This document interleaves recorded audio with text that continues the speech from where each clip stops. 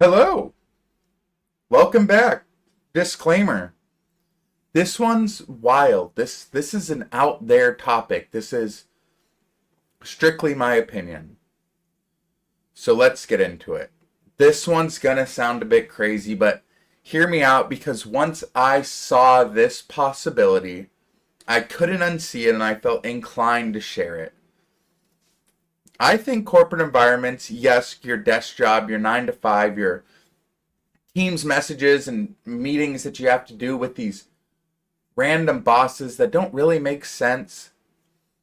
I think that they're controlled social experiments, they're behavioral labs, they're petri dishes. They're designed to test how far people can be pushed before they snap. And that sounds crazy, but who cares? We're having fun. But I'm talking big tech, I'm talking big pharma, I'm talking defense contractors, I'm talking thousands of people packed in these warehouses that have been transformed into cubicle farms, all obeying the same invisible script, and everybody thinks it's just for profit. That's all it's about. And to that I say no. I think it's deeper. I think these environments are engineered. I think that they're engineered to study obedience and to reinforce hierarchy and to normalize submission on a massive scale to then be translated to society. But guess what? The structure of modern corporations has become the blueprint of society. Let's break it down. The workers, the laborers, the cogs, me, maybe you. And then you have the middle, the management, the supervisors, the project leads, the paper pushers, and then that's them. And then at the top, you have executives and the shareholders and the CEOs, the ones who profit our time. That's the pyramid, that's the hierarchy. It isn't just efficiency, it's a mechanism of control on a larger scale that's just put into a smaller environment. And the more layers you stack between the top and the bottom, the harder it is for the truth to rise, the harder it is for rebellion to organize. Does that sound familiar? Because it does for me. That's the same structure as governments and militaries and churches and public schools, all preaching the same sermon. Don't ask, don't question, stay in line.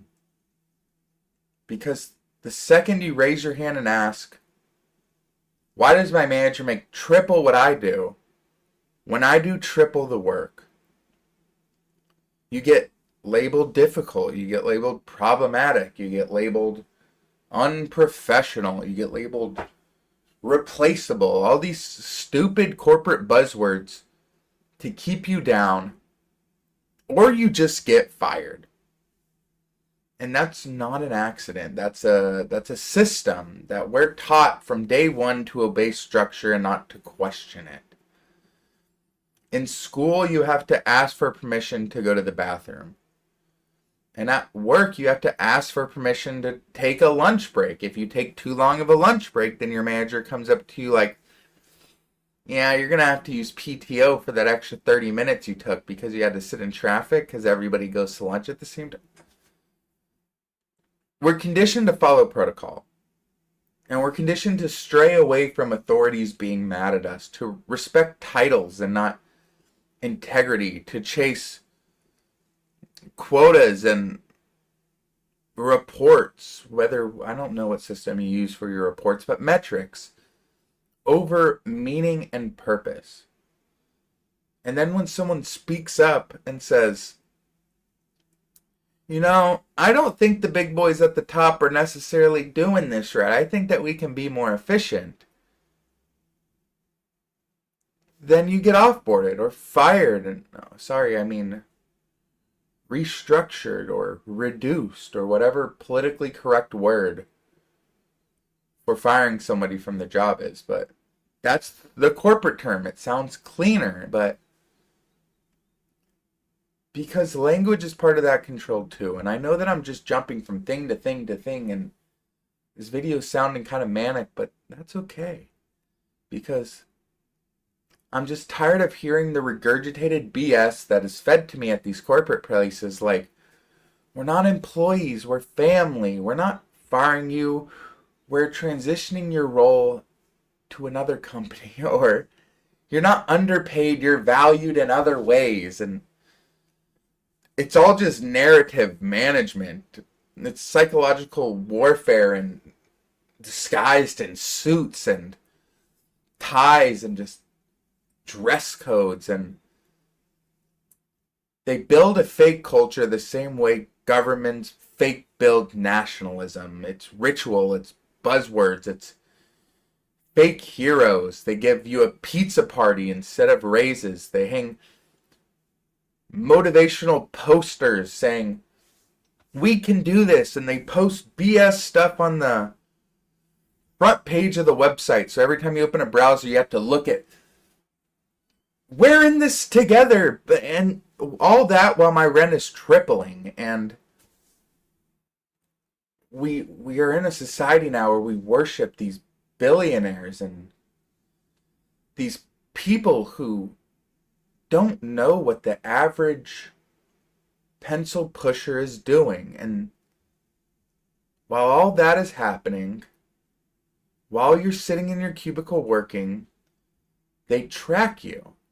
They track your mouse movements. They track your break times. They have AI read through your emails to see if you're being professional. They track your facial expressions while you're sitting there pretending to be engaged on a Zoom meeting. And that just sounds like surveillance inside of a closed system, like a corporation. And it's because it's the same blueprint as what I think governments are using. They track you through social media algorithms and your credit score and spending habits and your facial recognition every time you want to open your phone. You think it's about productivity or convenience. It's not. It's about conditioning. This isn't just about your job anymore. This is the meat and potatoes of the video. You went through 7 minutes and a half of me rambling. It's about the future of human freedom. Because here's the kicker. What if corporations aren't just a reflection of society? What if they're a prototype? What if there's something that is used to see what would happen if this happened in a smaller environment? It's a sandbox to test control. It's a safe space to simulate submission. It's a lab where they just gather data on what humans do in certain situations, or how to make people obey, or how to make people silent, and how to make them dissent into that silence, and how to manufacture consent, and how to study what breaks a human soul without ever raising their voices. That's what I'm saying. I think that it's a deeper issue. Because corporations didn't just copy society. They are testing grounds for a better, tighter, more efficient version of it for them and not for us. And where control looks like opportunity and where silence looks like professionalism, and where the walls close in and you still have to sit there and smile because, hey, at least we're getting a paycheck, or at least we have health insurance that sucks. And here's the most terrifying part. If you want to see where society is heading, look at what corporations are normalizing right now. There's AI replacing label. There's mental health apps collecting your trauma. There's emotionless Zoom meetings where you're expected to perform joy. And if you can't perform joy, then there's AI facial recognition software that can make it look like you're engaged and smiling. And there's micro surveillance dressed up as performance optimization. And it's not just a work issue again, it's a civilization issue. And if you're watching this if you're still watching this far in, still feeling that twist in your gut, you're not crazy. And thank you, because this rant, this monologue is crazy, but you're finally seeing through the veil like I'm kind of seeing through it. And now's the question. What are you going to do with this awareness? What are you going to do about it? I'll catch you next time.